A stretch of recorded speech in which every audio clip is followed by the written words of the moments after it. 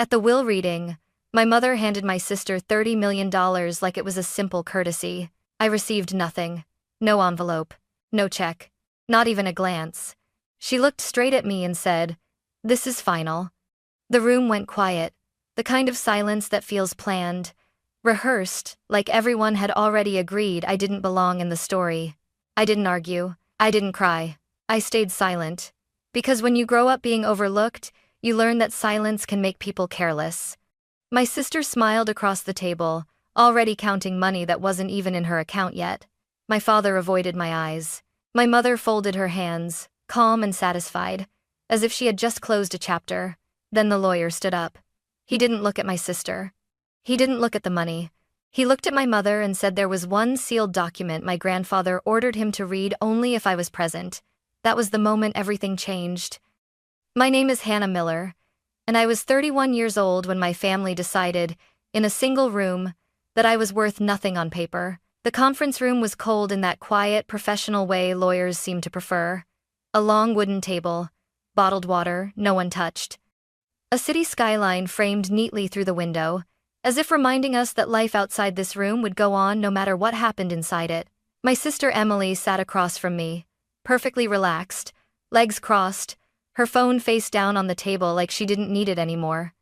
My mother, Linda, sat beside her, back straight, chin lifted, wearing the same composed smile she used at charity events. My father, Richard, chose the seat farthest from me. The lawyer, Michael Brooks, cleared his throat. "We'll begin with the primary distributions," he said, opening a thick folder. Before he could continue, my mother leaned forward. "There's no need to drag this out," she said smoothly. "My daughter Emily will be receiving $30 million from my father's estate." Emily let out a small, controlled breath, pretending she was surprised. The room filled with murmured congratulations, soft laughter, the sound of a happy ending being rehearsed. Then Michael paused. "And Hannah," he began. "She gets nothing," my mother interrupted, turning to me. "Your grandfather made his wishes very clear. You chose your own path. This is final." Her words landed calmly, precisely like they'd been practiced. I felt my pulse slow instead of spike. No shock, no disbelief, just recognition. This was the moment everything I'd lived through finally had a number attached to it. 0. Emily glanced at me, a quick look that was half pity, half victory. My father stared at the table, as if the wood grain suddenly required his full attention. Michael hesitated. Just for a second. I noticed it because my mother did too. "Is there a problem?" she asked. Michael closed the folder. "There may be," he said quietly. And for the first time that morning, my mother's smile slipped. For a few seconds after Michael spoke, no one moved. It was the kind of pause that stretches longer than it should, heavy and uncomfortable, like the air itself was waiting for permission to circulate again. My mother was the first to recover. "There is no problem," she said. Her tone clipped, professional, the voice she used when she wanted a conversation to end on her terms. "We have already handled everything that matters. Let's not turn this into a performance." She turned toward me slowly, deliberately, as if offering me one last chance to embarrass myself. "Well?" she asked. "Do you have something to say, Hannah?" All eyes shifted to me. This was the moment they expected tears, or anger, or a shaky speech about fairness and family. My mother had always believed emotions were weaknesses you could use against someone if you waited long enough. I gave her none of it. "I'm here to listen," I said quietly. "That's all." Emily frowned. "You're being dramatic," she said, forcing a small laugh. "This is already uncomfortable.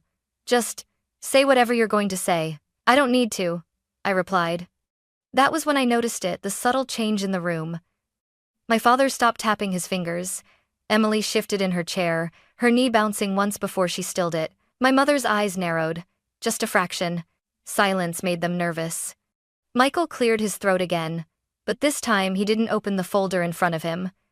Instead, he closed it carefully, as if setting something aside. "Mrs. Miller," he said, looking directly at my mother, "your father left instructions that supersede the documents you're referencing." Linda's smile hardened. "My father was old," she said. "He signed papers he didn't fully understand. That happens."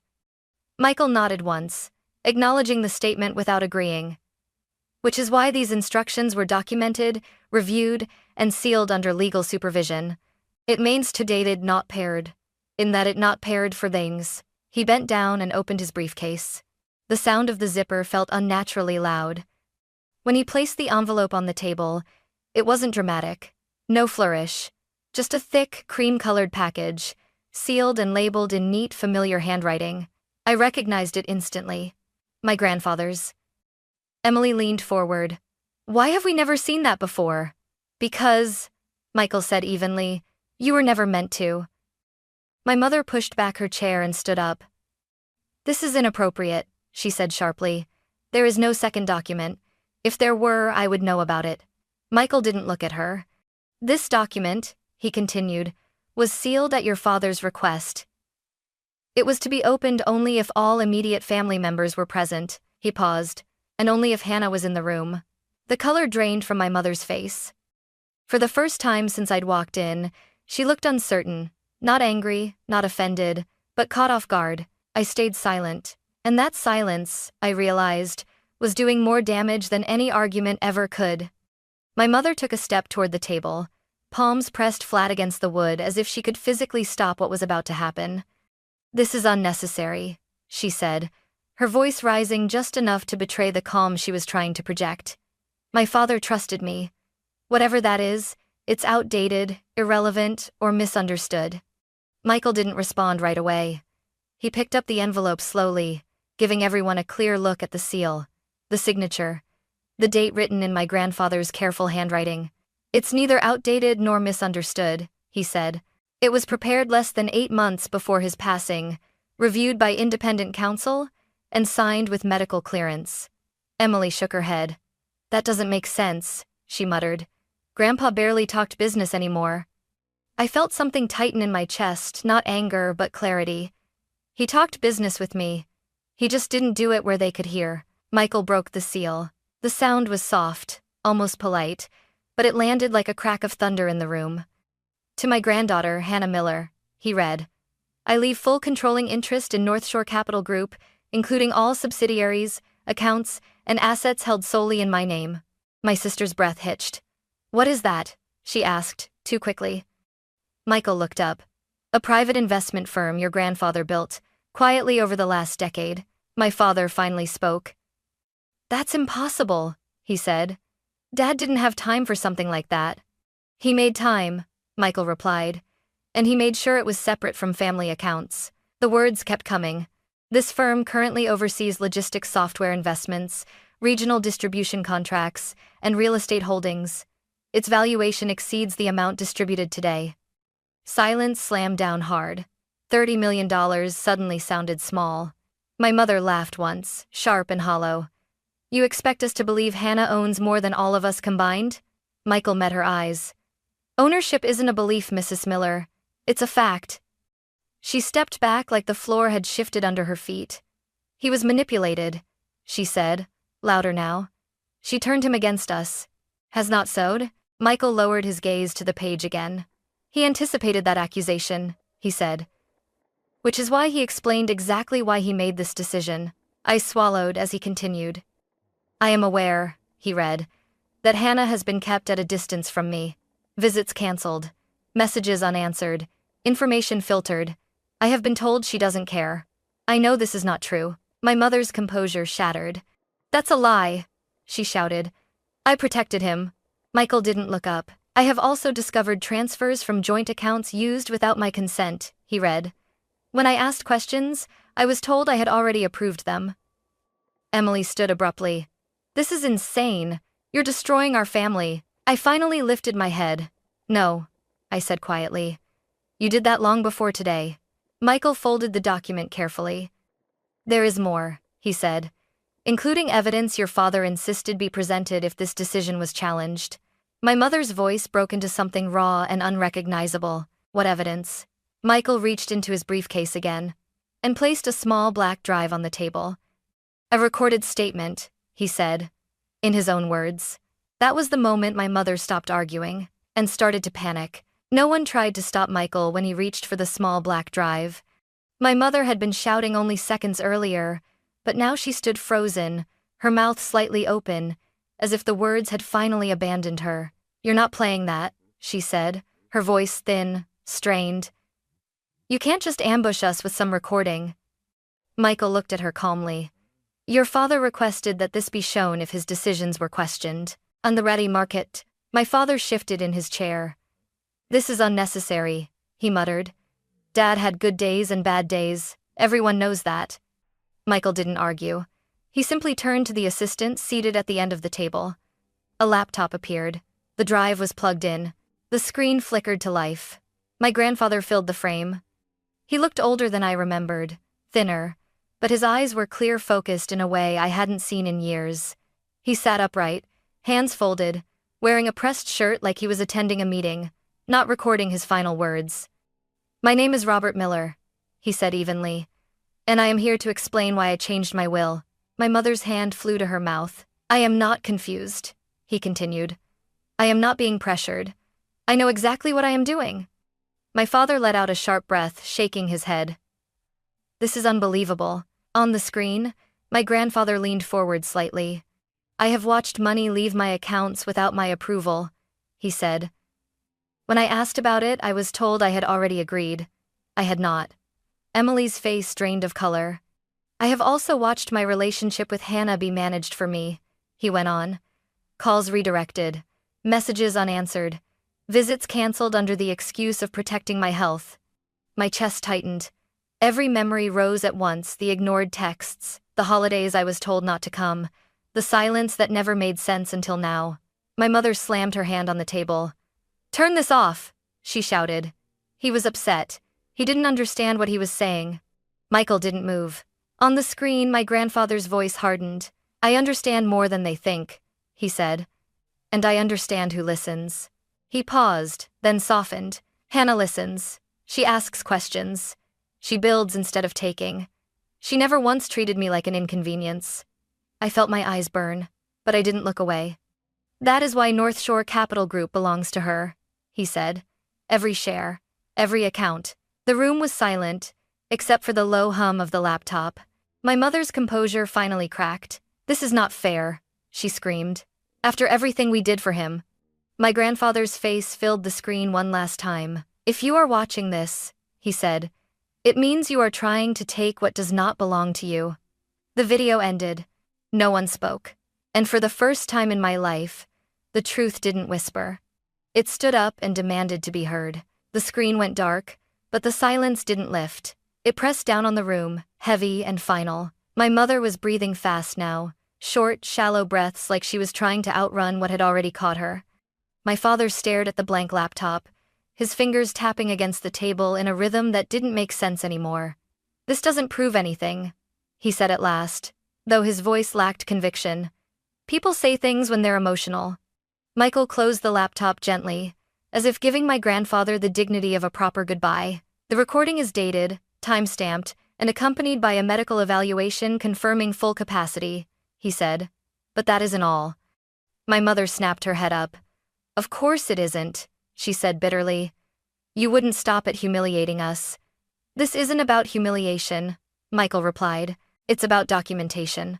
He slid a thin stack of papers across the table. "Bank statements, transfer records, authorization logs. I petitioned the court for a forensic review of the joint accounts after your father raised concerns," Michael continued. "These documents show repeated transfers made under power of attorney for expenses unrelated to his care." Emily leaned forward, clutching the edge of the table. "That money paid for family things." Michael didn't look at her. "Luxury travel, vehicle leases, personal branding expenses." My mother's voice rose again. "We took care of him. We sacrificed." "And the court will consider that," Michael said evenly. "But it will also consider timing, frequency, and consent."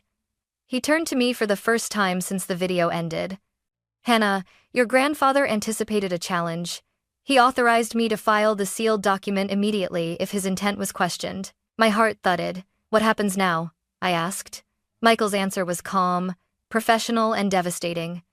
"The court will recognize your controlling interest in North Shore Capital Group. If the will is contested, these records become public." Emily's grip tightened. Public? Michael nodded. Yes, including the transfers, the recording, and the medical evaluations. My mother sank back into her chair as if her legs had finally given out. For the first time, she wasn't arguing. She wasn't commanding. She was calculating.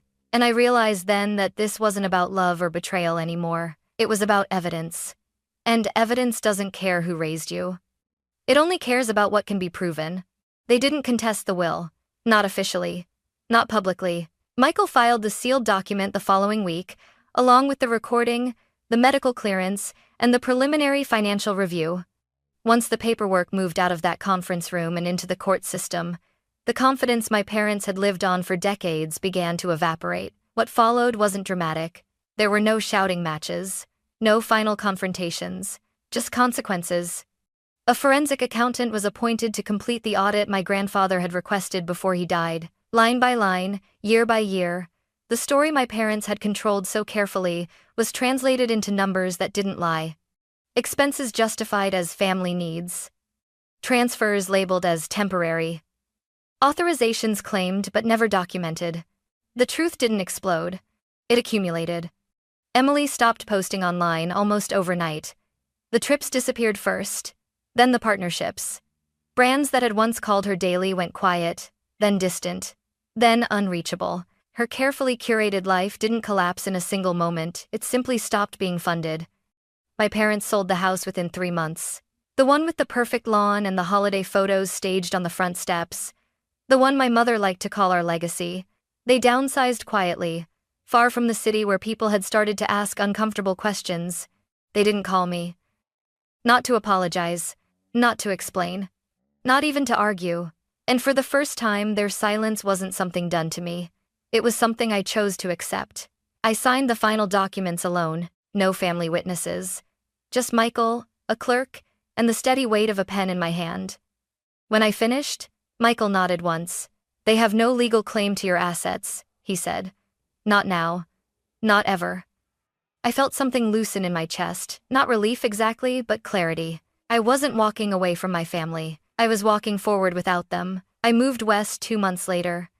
Not to disappear, and not to start over from nothing, but to start over on my own terms. Seattle felt right. Far enough to breathe, close enough to work. North Shore Capital Group already had a small office there, a handful of people who had been quietly doing real work long before my family ever knew the company existed. The first week, no one treated me like an inheritance. They treated me like a responsibility. There were spreadsheets to review, contracts to understand, partners who wanted to know whether I was serious or just another name on a document. I welcomed that. For the first time in my life, I wasn't being evaluated on how well I fit a family image, but on whether I paid attention, asked the right questions, and followed through. And I did. We didn't chase flash. We focused on stability, helping mid-sized logistics companies streamline operations, helping regional distributors survive markets that didn't forgive mistakes. I remembered my grandfather's voice every time we made a decision. Build something useful, something that lasts. I set up a small scholarship fund in his name, quietly, without announcements or press releases. Just opportunities for students who reminded me a little too much of myself, curious, overlooked, and underestimated. Emily emailed me once during that first year. No accusations, no demands, just a few paragraphs admitting she didn't know who she was without the attention, without the money smoothing everything over. I didn't answer right away. When I finally did, I kept it simple. Kind but firm. We weren't enemies, but we weren't close either. Not yet. As for my parents, they faded into distance and rumor. A different state. A smaller life. No more control. And strangely, that was enough. Because the life I was building no longer required their permission to exist. For a long time, I thought the hardest part of my life was being ignored. Growing up as the daughter who didn't fit the picture, the one who didn't perform well on cue or reflect the image my parents wanted to present, I believed that if I just worked harder, stayed quieter, or proved myself more clearly, they would eventually see me. I was wrong. Some people don't overlook you because you lack value. They overlook you because acknowledging your value would threaten the story they've built about themselves. What my grandfather gave me wasn't just a company or financial security. He gave me perspective. He showed me that being quiet doesn't mean being powerless, and that patience can be a form of strength when it's paired with preparation. I learned that family isn't defined by who controls the table when decisions are made. It's defined by who protects your future when you're not in the room. I also learned something harder. You don't have to stay in spaces where your worth is constantly debated. You're allowed to leave. You're allowed to build something new with people who don't need to be convinced you matter. If you've ever been the person who was dismissed, underestimated, or quietly written out, remember this.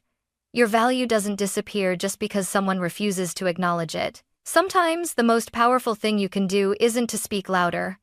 It's to step forward, calm, prepared, and unafraid when the truth finally has room to stand.